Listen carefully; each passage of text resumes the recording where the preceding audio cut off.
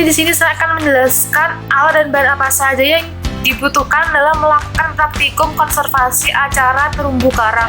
Nah, yang pertama yaitu berupa termometer. Termometer ini digunakan untuk pengukuran suhu air pada lokasi pengamatan. Dalam praktikum simulasi ini, saya menggunakan alat penggantinya yaitu berupa lem tembak.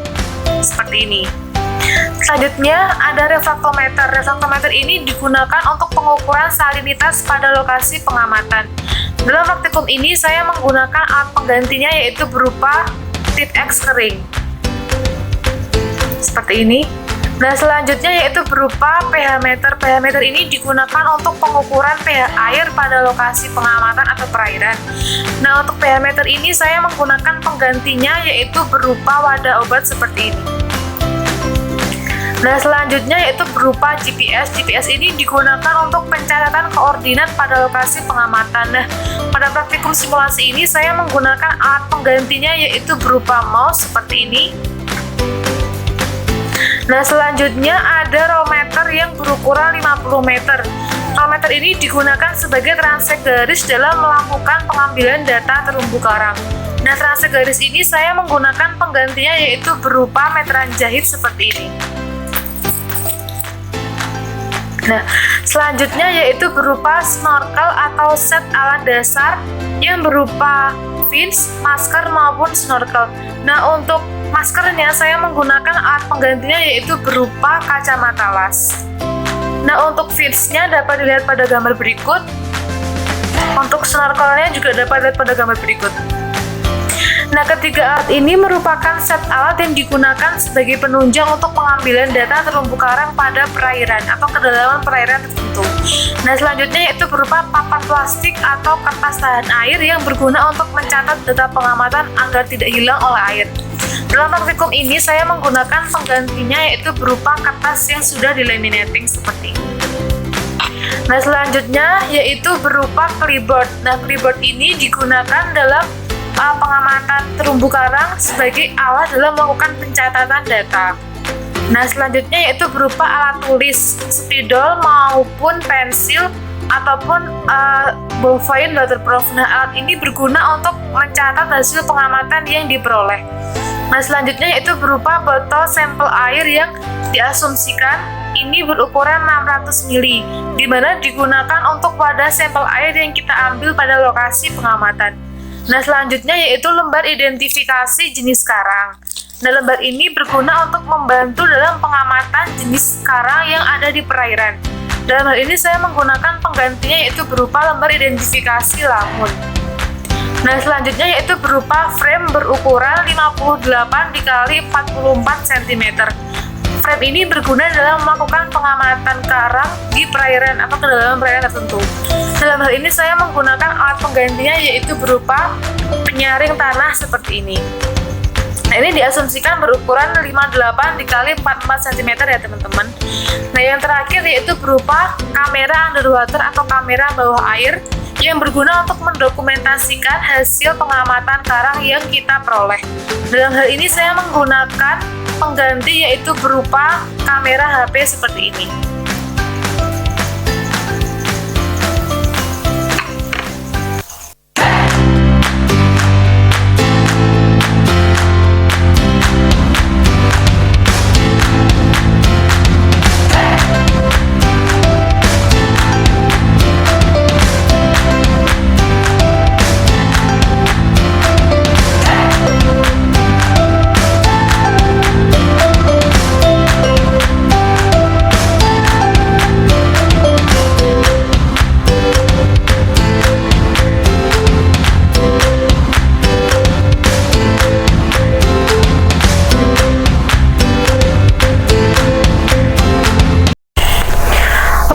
Di sini saya akan menjelaskan mengenai 3 metode yang digunakan pada praktikum konservasi acara terumbu karang. Yang pertama yaitu ada metode PIT. Nah, metode PIT ini merupakan metode Point Intercept Transect, di mana merupakan metode yang digunakan untuk mengamati penutupan karang beserta penutupan komunitas pintos yang hidup bersama karang.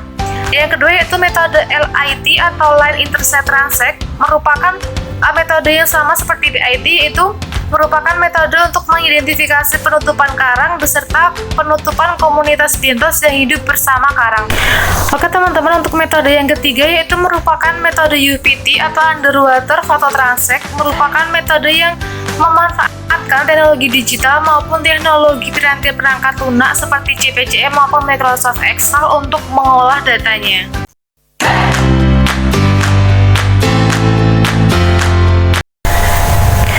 Oke teman-teman, jadi di sini saya akan menjelaskan mengenai metode PIT yang digunakan pada praktikum konservasi acara terumbu karang.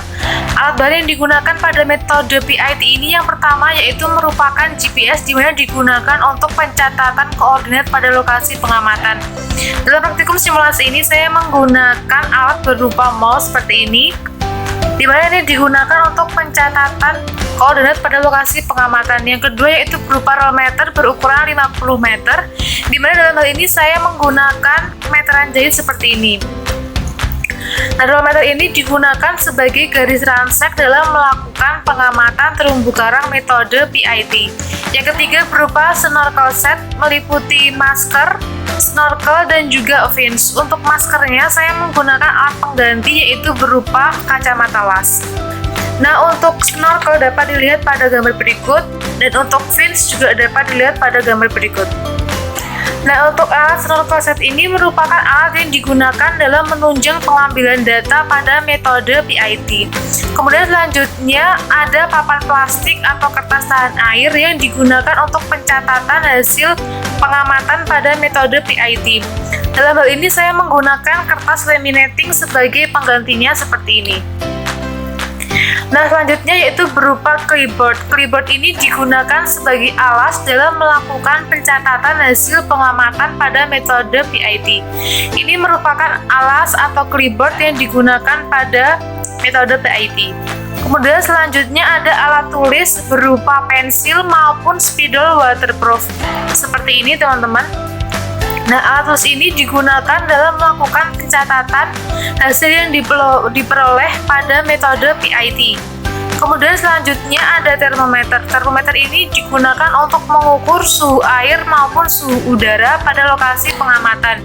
Untuk termometer saya menggunakan alat pengganti yaitu berupa lem tembak. Selanjutnya ada refraktometer. Refraktometer ini digunakan untuk mengukur salinitas pada sampel air yang sudah kita ambil pada lokasi pengamatan. Dalam hal ini saya menggunakan alat berupa tip X kering seperti ini sebagai pengganti refraktometer. Kemudian selanjutnya ada pH meter. pH meter ini digunakan untuk mengukur pH air setelah kita melakukan pengambilan sampel air di lokasi pengamatan. Dalam praktikum simulasi ini saya menggunakan wadah obat sebagai pengganti pH meter. Selanjutnya ada botol sampel air yang kita asumsikan seperti ini berukuran 600 ml. Nah, untuk wadah ini digunakan untuk mengambil sampel air pada lokasi pengamatan untuk pengukuran salinitas dan juga pH.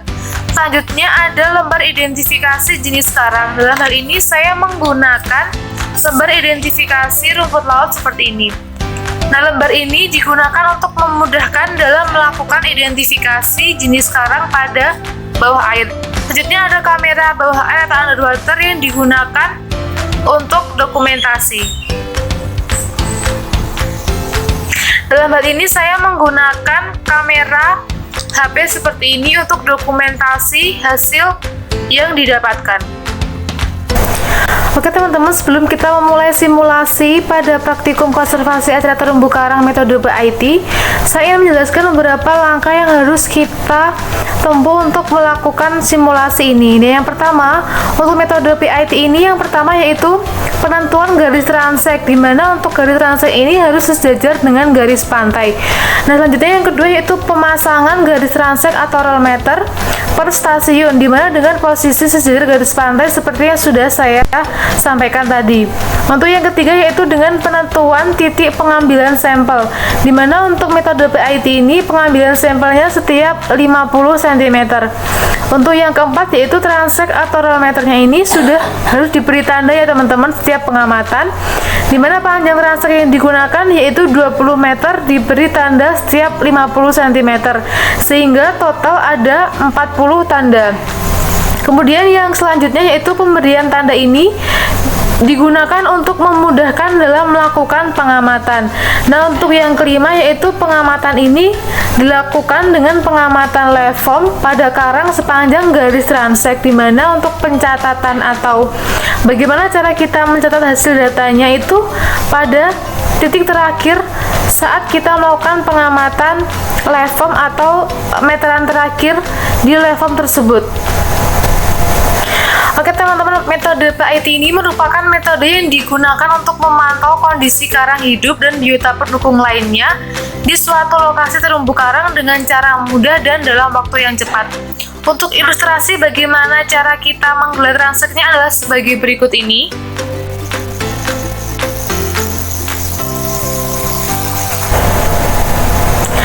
Teman-teman, ini merupakan contoh kategori atau bentuk pertumbuhan karang pada metode PIT, di mana ada kode DC, ada DCA, ACB, ACE, dan lain sebagainya hingga SEN. Oke teman-teman, seperti yang sudah saya jelaskan sebelumnya, untuk beberapa cara kerja metode PIT, untuk cara atau praktikum simulasinya yaitu dapat dilihat pada video berikut ini. Oke teman-teman, di sini saya akan menjelaskan mengenai cara kerja atau metode bagaimana cara kita melakukan pengambilan data dengan metode PIT atau Point Intercept Transect. Nah, pertama-tama kita harus menyiapkan beberapa alat dasar yang digunakan seperti masker, snorkel, dan juga fins. Untuk maskernya saya menggunakan penggantinya yaitu berupa kacamata las seperti ini. Untuk finsnya jabal-jabal seperti ini, dan juga untuk snorkelnya seperti ini. Nah, ketiga alat ini merupakan alat yang digunakan dalam melakukan pengamatan karang dengan metode PIT, teman-teman. Nah, pada metode PIT ini pertama-tama kita harus menentukan daerah penentuan atau peletakan transeknya seperti ini. Untuk peletakan transeknya kita harus sesuai dengan garis pantai, teman-teman. Ini merupakan garis pantainya. Nah, sekarang kita melakukan penggulangan transek berukuran kurang lebih 20 meter. Ini merupakan meteran jahit yang digunakan untuk membuat transek.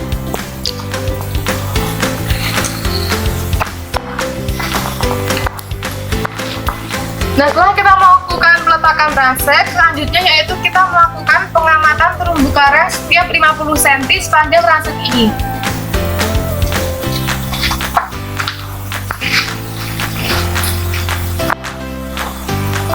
Oke teman-teman, dalam melakukan pengamatan karang metode PIT, jangan lupa juga kita harus menggunakan panduan identifikasi seperti ini yang digunakan untuk memudahkan dalam pengamatannya.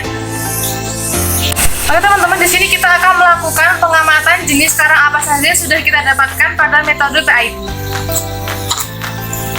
Nah, untuk pengamatan ini kita melakukan pengamatan setiap 50 cm ya teman-teman. Jangan lupa untuk memberi tanda pada setiap transek ini agar memudahkan pengamatan. Nah, untuk yang pertama, saya menemukan karang berupa dead coral. Ini ditemukan pada meter ke 0,5.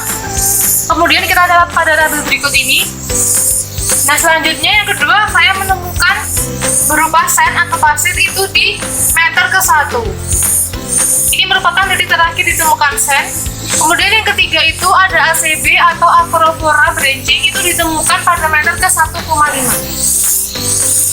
Nah, pada pengamatan karang ini juga jangan lupa untuk menggunakan tabel identifikasi seperti ini ya teman-teman. Dalam hal ini saya menggunakan identifikasi terumbu karang atau ini penggantinya yaitu berupa tabel identifikasi rumput laut.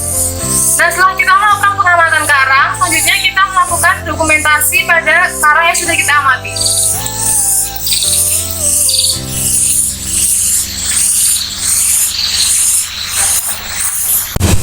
Oke teman-teman, setelah kita melakukan pengamatan karang, jangan lupa untuk memasukkan data hasil pengamatan ke dalam tabel sebagai berikut ini. Nah, pada tabel ini dapat terlihat bahwa jenis karang yang ditemukan yaitu berupa karang dead coral itu pada meter ke 0,5. Kemudian yang kedua yaitu berupa sand atau pasir yang kita temukan di meter ke 1. Kemudian selanjutnya ada ACB atau Acropora branching, itu ditemukan pada meter ke 1,5. Nah, untuk pencatatannya ini kita pada metode PIT hanya mencatat titik terakhir kita menemukan jenis karang tersebut. Teman, di sini saya akan melakukan pengambilan parameter lingkungan pada metode PIT. Yang pertama yaitu merupakan suhu udara yang diukur menggunakan termometer, dan ini saya menggunakan di lab tangga. Nah, untuk suhu udara ini kita diamkan di atas 3 menit hingga menunjukkan angka konstan. suhu air juga kita diamkan dalam air selama 3 menit hingga menunjukkan angka konstan. Selanjutnya kita melakukan pengukuran letak koordinat pengamatan menggunakan GPS. Saya menggunakan mouse sebagai penggantinya. Saat ini, kemudian kita dokumentasikan atau kita ada yang didapatkan. Selanjutnya kita melakukan pengambilan sampel air, mengukur salinitas dan juga pH di laboratorium. Nah, ini merupakan sampel air yang sudah kita ambil untuk dilakukan pengamatan salinitas dan juga pH di laboratorium. Oke teman-teman, setelah kita melakukan simulasi bagaimana cara pengambilan data metode BIT, nah hasil yang didapatkan dapat dilihat pada gambar sebagai berikut. Ini merupakan tabel dari hasil pengamatan yang digunakan pada metode PIT. Nah, untuk yang pertama ada tabel kolom Levong. Ini ada DC, itu berupa date coral. Titik pengambilan sampelnya itu di meter ke 0,5 meter, di mana ini merupakan pengambilan titik di terakhir pada Levong DC atau date coral. Yang kedua yaitu S berupa sand atau pasir. Nah, untuk di metode BIT ini sand juga dihitung ya teman-teman. Nah, untuk titik pengambilan sampelnya itu sand itu pada titik di 1 meter. Yang ketiga ada ACB atau Acropora branching. Itu di titik pengambilan sampelnya itu di 1,5 meter dan seterusnya sampai sand.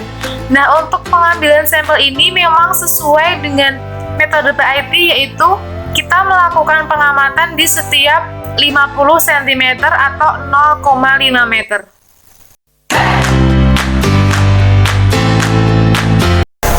Oke teman-teman, metode selanjutnya yaitu merupakan metode LIT atau Line Intercept Transect. Metode ini merupakan metode dengan pengertian yang sama seperti PIT, yaitu metode untuk mengamati penutupan karang dan juga penutupan komunitas bentos yang hidup bersama karang. Namun untuk metode LIT ini, untuk pengamatan atau pencatatan datanya sedikit berbeda dengan PIT. Nah, untuk alat dan bahan yang digunakan pada metode LIT itu yang pertama ada GPS. GPS ini digunakan untuk mengukur posisi koordinat pada lokasi pengamatan. Saya menggunakan alat penggantinya yaitu berupa mouse seperti ini. Untuk yang kedua yaitu berupa rollmeter berukuran 50 meter. Nah, di sini saya menggunakan alat penggantinya yaitu berupa meteran jahit seperti ini. Nah, rollmeter ini digunakan sebagai transak dalam melakukan pengamatan terumbu karang. Yang ketiga ada snorkel set yang meliputi fins, snorkel, dan juga masker. Untuk alat ini digunakan dalam melakukan pengamatan terumbu karang di dalam air seperti berikut ini gambarnya.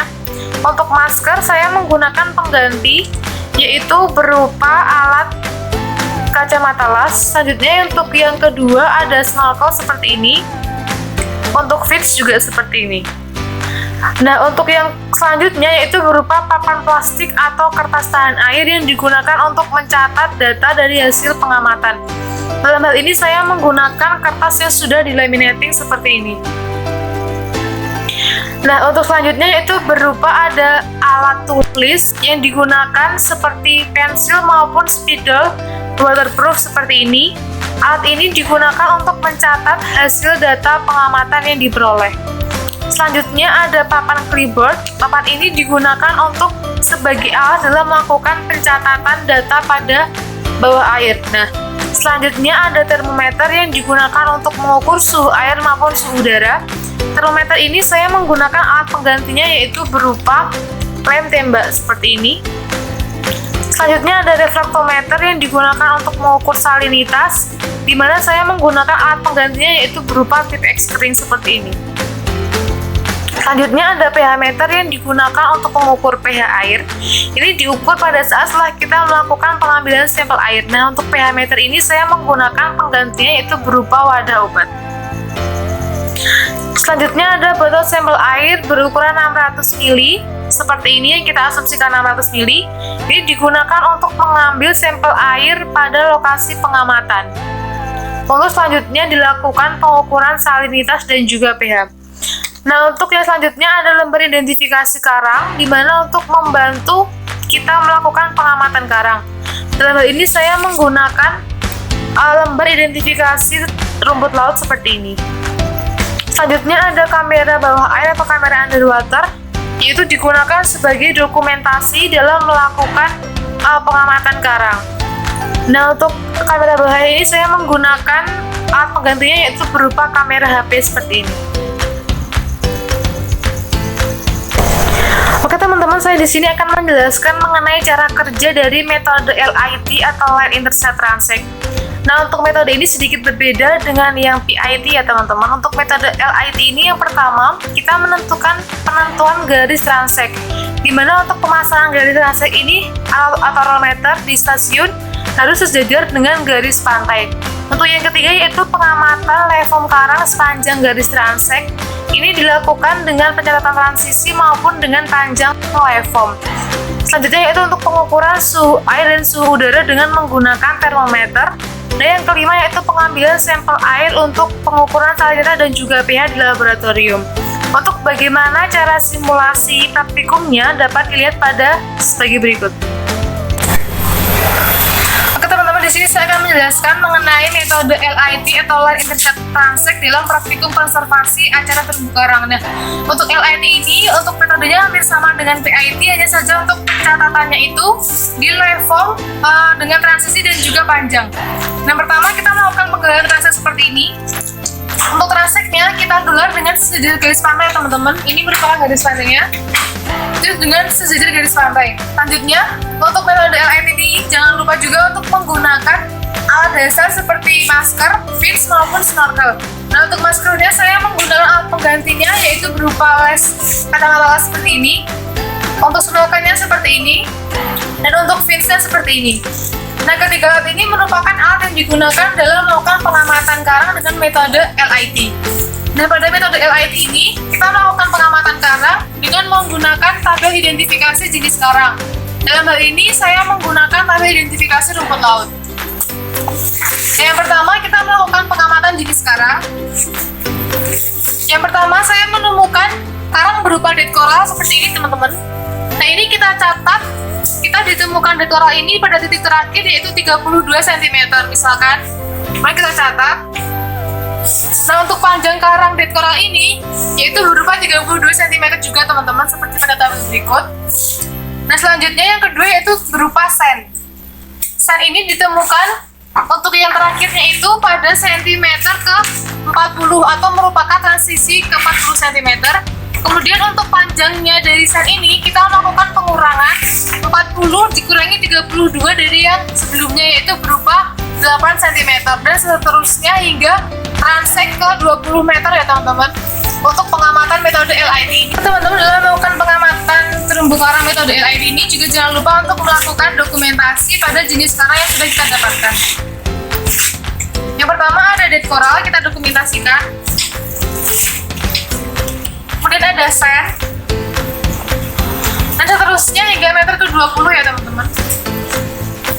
Oke teman-teman, di sini saya akan melakukan pengambilan data parameter lingkungan pada praktikum konservasi atau terumbu karang dengan metode LIT. Yang pertama yaitu berupa suhu air dan suhu udara. Untuk suhu udara ini kita diamkan di atas air paling selama 3 menit hingga menunjukkan angka konstan kemudian dicatat. Selanjutnya ada suhu air juga, itu dilakukan pencelupan pada air paling selama 3 menit hingga menunjukkan angka konstan. Selanjutnya, kita jangan lupa juga untuk mengukur letak geografis pada lokasi pengamatan dengan menggunakan GPS. Dan ini menggunakan mouse sebagai penggantinya. Kita set alat ini, kemudian kita melakukan pencatatan ataupun dokumentasi pada hasil yang didapatkan. Selanjutnya, saya melakukan pengambilan sampel air untuk pengukuran salinita dan juga pH.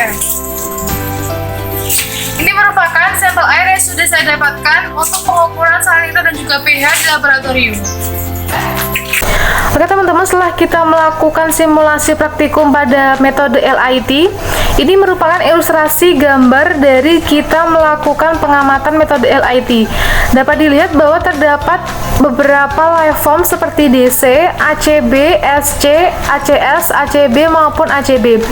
Nah, di sini tabel datanya dapat dilihat sebagai berikut ini. Nah, di metode LIT ini ada 3 kolom ya teman-teman, ada waveform, ada transisi, dan juga panjang. Sedangkan pada metode PIT tadi hanya waveform dan juga pada titik pengambilannya. Nah, untuk metode LIT ini kita melihat ada DC, misalnya dead coral. Di sini ada transisinya yaitu 32 cm, di mana merupakan titik terakhir DC itu ada. Kemudian untuk panjangnya itu 32 cm berdasarkan dari panjang keseluruhan DC itu. Nah, untuk yang kedua itu sand merupakan pasir. Itu transisinya di 40, di mana merupakan titik terakhir di mana sand itu ditemukan. Kemudian untuk panjangnya ini 8 diperoleh dari 40 dikurangi 32 di panjang DC sebelumnya. Nah, selanjutnya ada ACB atau Acropora branching. Nah, untuk transisinya itu ada 81 cm, di mana merupakan titik terakhir di ACB-nya itu ada. Kemudian untuk panjang atau sentimeternya itu di titik 41 cm, di mana ini diperoleh dengan cara 81 dikurangi dengan 40 cm dari titik di sebelumnya. Dan seterusnya hingga ACB ya teman-teman. Ini merupakan sedikit pencatatan dari LIT.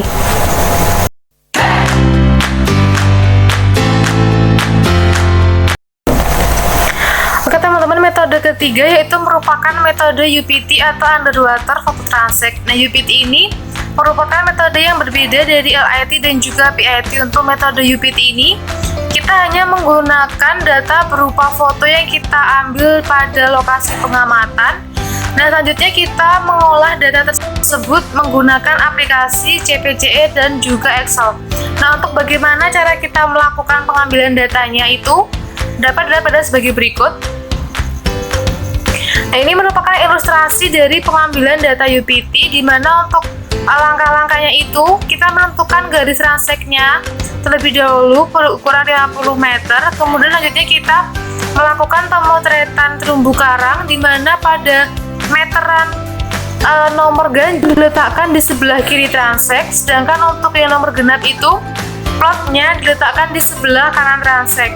Nah, ini untuk memudahkan dalam kita melakukan pengolahan data. Nah, oke teman-teman, berikut adalah ilustrasi dari bagaimana cara kita melakukan pengambilan foto karang pada metode UPT. Nah, di sini dapat lihat bahwa pada plot dengan nomor meteran ganjil itu di 135 itu peletakan plotnya di sebelah kiri transek. Kemudian untuk yang nomor meteran 2, 4, 6 dan seterusnya itu pada di sebelah kanan transek. Nah, untuk pada metode UPT ini kita melakukan pemotretan itu harus tegak lurus dengan objek yang kita foto ya teman-teman, sehingga nanti untuk hasilnya dapat memperoleh hasil yang maksimal.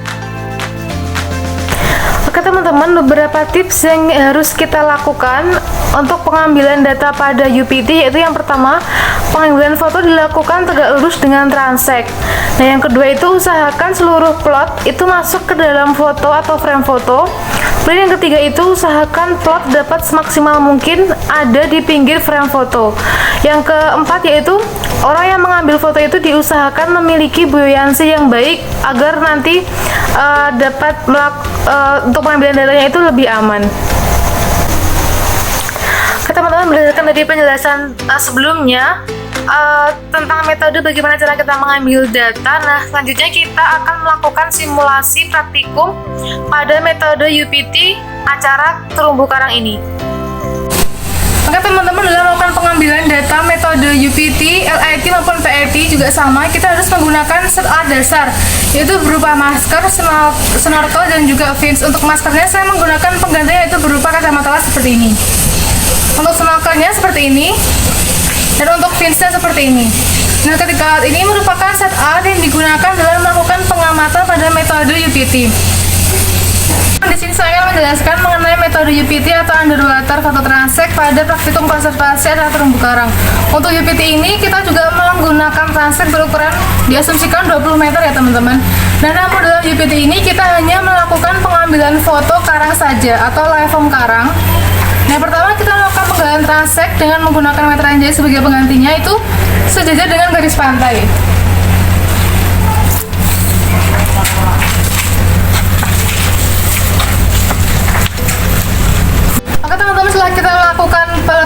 transek, selanjutnya kita juga harus melakukan peletakan frame berukuran 58 dikali 44 cm seperti ini. Dalam hal ini saya menggunakan penggantinya yaitu berupa saringan tanah. Nah, untuk plot ini peletakannya itu pada meteran ganjil itu kita letakkan di sebelah kiri transek. Nah, untuk peletakan plotnya ini atau framenya kita melakukan peletakan di setiap meter sepanjang 20 meter ya teman-teman. Ini untuk peletakan di sebelah kiri transek pada nomor ganjil. Kemudian selanjutnya pada nomor genap, misalkan di sini saya mengambil meter ke-12, itu diletakkan di sebelah kanan transek seperti ini. Nah, selanjutnya setelah itu kita melakukan dokumentasi pada area plot ini.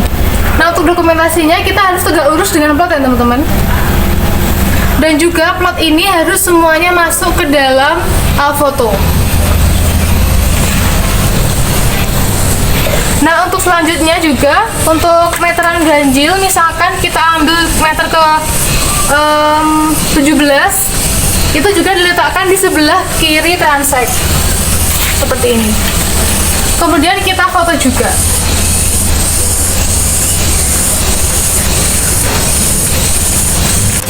Oke teman-teman, seperti pada metode lainnya, untuk UPT ini juga kita mengambil parameter lingkungan berupa suhu air, suhu udara, dan juga sampel air. Nah, untuk yang pertama yaitu suhu udara dan suhu air, kita melakukan pengambilan data di atas air ya teman-teman. Kita melakukan pengukuran dengan menggunakan lem tembak sebagai penggantinya. Untuk suhu udaranya kita diamkan suhu udara selama 3 menit hingga menunjukkan angka konstan.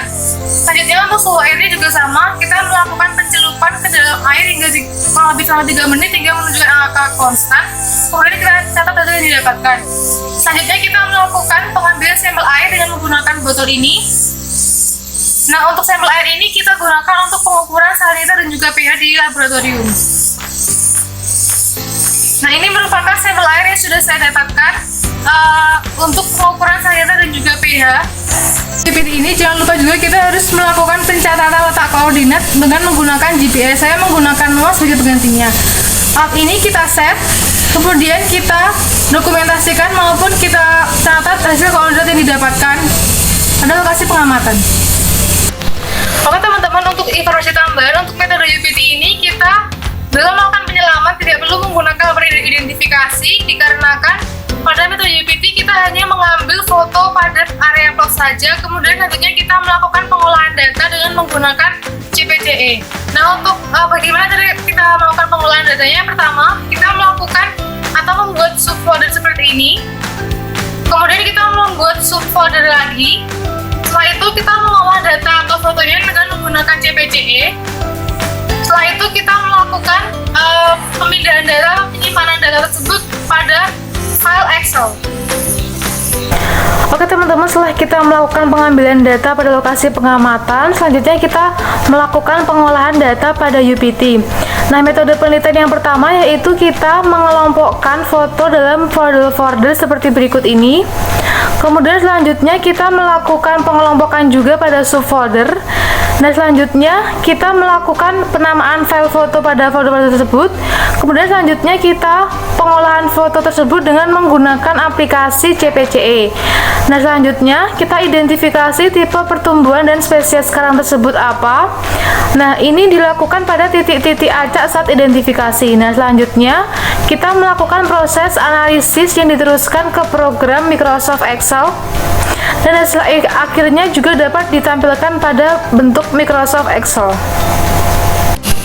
Oke teman-teman, sekian penjelasan dari praktikum konservasi area terumbu karang. Mohon maaf, sekian dan terima kasih.